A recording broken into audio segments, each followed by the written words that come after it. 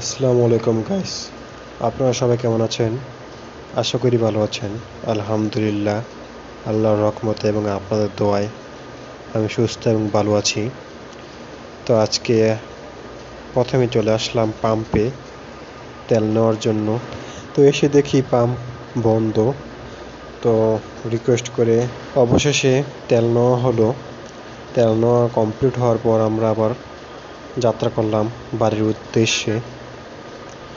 তো রাস্তায় প্রচুর জ্যাম, যার কারণে রাস্তার নিচে গাড়িটা নামিয়ে দিতে বাধ্য হলাম।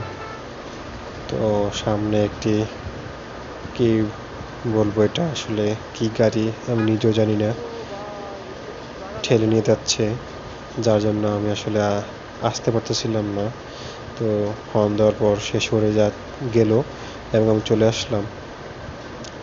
বৃষ্টি হয়েছে, রাস্তায় প্রচুর কাদা, নিচ দিয়ে দেখতেই পাচ্ছেন। আসলে বাইকটা রাইড করতে সত্যি কষ্ট হচ্ছে, ওপরে প্রচণ্ড জ্যাম। তো যাই হোক, এখন কিছু করার নেই, জ্যামের মধ্যে গাড়িটা সামনে এগোতে হলে গাড়ি নিয়ে রাইড কাদার ভেতর দিয়ে করতে হবে। তো আমরা প্রায় বাড়ির রাস্তায় চলে আসছি। তো আমরা এখন বাড়ির ভিতরে যেখানে ফ্ল্যাটটা ওইখানে চলে যাব। তো চলে যাচ্ছি। তো বাসায় চলে আসলাম গাইস, এখন গাড়িটা পার্কিং করে রাখবো, ভেতরে ঢুকিয়ে দেবো গাড়িটা।